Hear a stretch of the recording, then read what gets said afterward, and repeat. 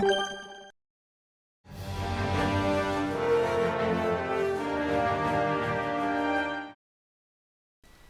everyone, and welcome back to my channel with a new video about World of Tanks.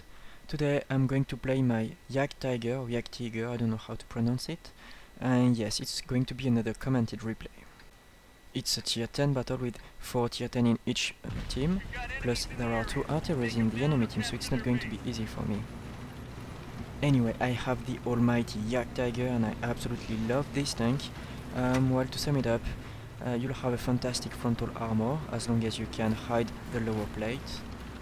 You have little to no armor on your sides, rear and top part of your tank, so if you expose them, you will take massive damage, and if an artillery shoot at you, they will deal insane damage to you, and artillery players love to shoot at Jagdtigers.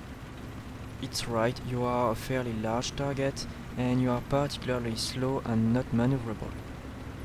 So you can count on your frontal armor and also on your gun because it's accurate, deadly, it has a high penetration value, but the gun handling values are quite good. So if you can put up with the sluggish pace of the Jagdtiger, you will fall in love with this tank. Apart from that, it's just perfect in my opinion. So the hostilities already started. There's a medium and a heavy tank spotted in the middle part. I originally wanted to go to the rightmost part of the map just because there's a special spot for tank destroyers and I wanted to try it, but you know, this heavy is kind of waiting for all our shells to hit him pretty hard, so yeah, he was kind of offered on a silver plate. So I have nothing else to shoot at, so let's continue with the initial plan, going to the rightmost part of the map. This is a common place for heavy tanks, so I expect to have heavily armored opponents, but it's alright because the Jagdtiger has a very high penetration value. I mean, even with the regular ammunition. Oh wait, a wild E50M appears. Seriously, what is he doing up there? I should have waited more for my shot, I rushed it, but I seriously didn't anticipate him being so reckless. The position where he is really advantageous, just because you can see most of the battlefield. However, to make the most out of this location, you will need either a good camouflage and or a good gun depression, but the E50M has none. It's a really good tank and I really enjoy playing my E50M, but I wouldn't drive it up to this location. Now I'm continuing on my way toward the eastern part of the map, where I wanted to go originally. There is still a lot of resistance in the enemy team, and I am not really required on any other location. We are 3 minutes into the game and we have lost only one tank, I mean one in each team, so I would say it's a good game, just because people were not dying stupidly and massively at the beginning of the game. Wait, let me shoot this Jagdtiger in the lower plate, meanwhile he's reloading. And yes, we haven't lost too many tanks early. This happened frequently on this map, either on the central part or on the left part of the map. It is pretty frequent to see one of your flanks collapsing and being overrun in the first minute of the game on this map, and this is not happening in this game, so I'm really happy to see my team performing well. Well, actually, one of our medium tanks just went berserk and he went after the artilleries so early in the game. I hope that his kamikaze action will be useful to us by taking out one artillery. On my side of the map, it's going pretty well. We lost a friendly FVB, but we have 2 of the heavy tanks, so we can move on and put some more pressure on the enemy team. They still have some powerful tanks on the enemy team, such as this Jagdtiger, but one clean shot in his commander's hatch and he's now on very low health. Now he'll have to play very cautiously if he doesn't want to go back to the garage early. Well, it's a good news for us, one big gun out of the way. The other good news is that we still have control of our half of the map. We haven't been overrun completely, so I can push and continue to put some more pressure. By the way, you can look at our friendly IS-4. He is doing such an amazing job. He is dealing so much damage and he hasn't lost any health. I mean, just right now as I spoke, but before that he was full life. Still, he's a very impressive ally and I'm glad he's on our team. Now this E75 is immobilized, he won't have the possibility to flank our IS-4, and this will give me plenty of time to shoot his commander's hatch. Again, now he's one shot for the rest of my team. Focus on this area. Well, if no one wants the kill, I will take it. Thank you. Enemy destroyed. Now, the game is certainly not won yet. We are only one tank ahead, plus one enemy tank has been spotted close to our base. And to defend it we have only our artillery, so I'm playing safely, I'm just going back to defend the base.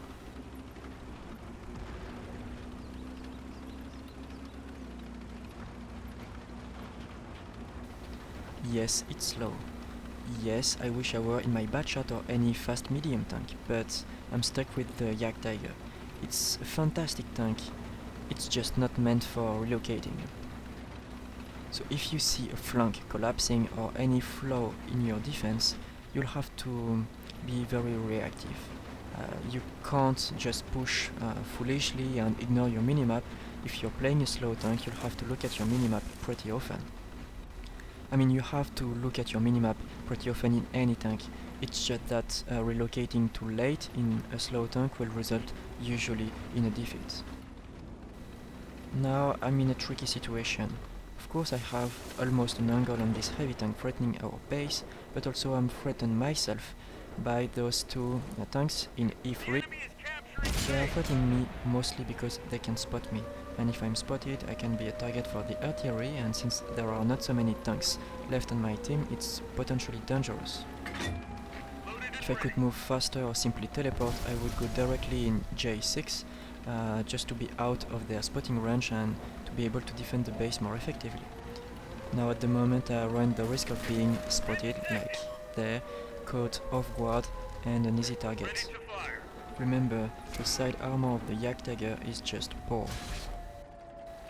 To make things worse, we are now 2 versus 4. Less allies to protect my flank and less allies to take shots from the artillery. Now I can't afford to stay stationary when I'm reloading. The artillery will take some shot at me, so I'm just stopping for 1 second, 2 seconds stop to aim at the opponent, and then I'm immediately moving. Even if I don't need to move, I have to move to avoid the artillery.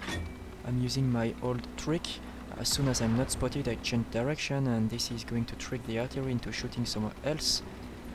This just happened, it's perfect. This trick doesn't work all the time, but more often than not actually.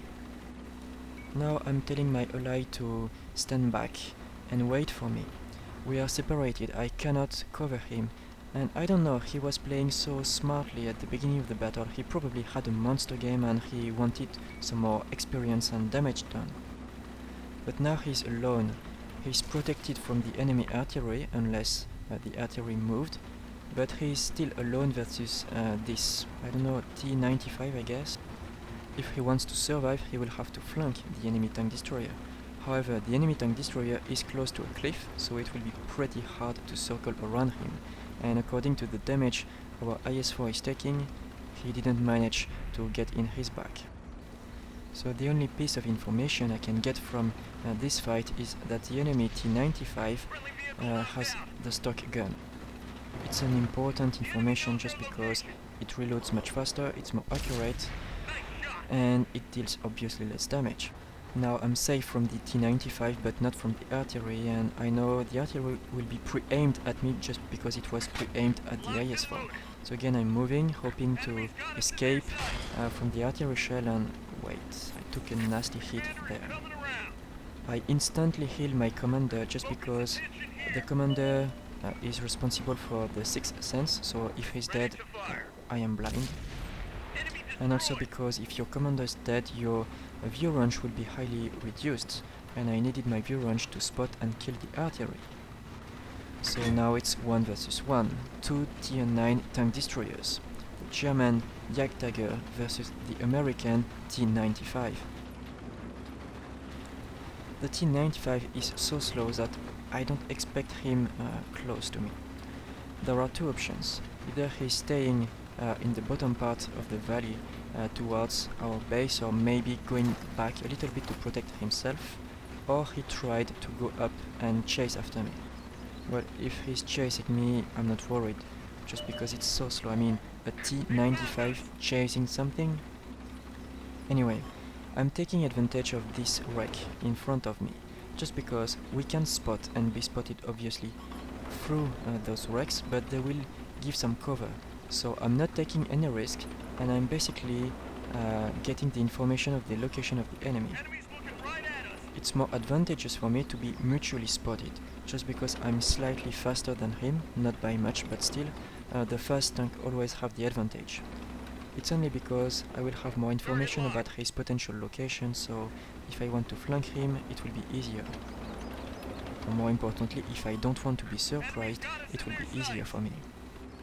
Now I have two options, either to fight him here, or to wait in order to try to flank him, or to surprise him in any way. I'm going to fight him here just because my weak spot is at the bottom part of my tank, it's my lower plate, but his weak spots are his commander's cupola, just because he gets two of them, and they are on the top of his tank, so they are more easily accessible for me, especially since I have very good gun depression. So basically I will see his weak spot before he sees mine. And that's it, final kill of the game. Victory! Focus on this area. We've won. So I hope you enjoyed this video, thank you for watching, and see you in the next one!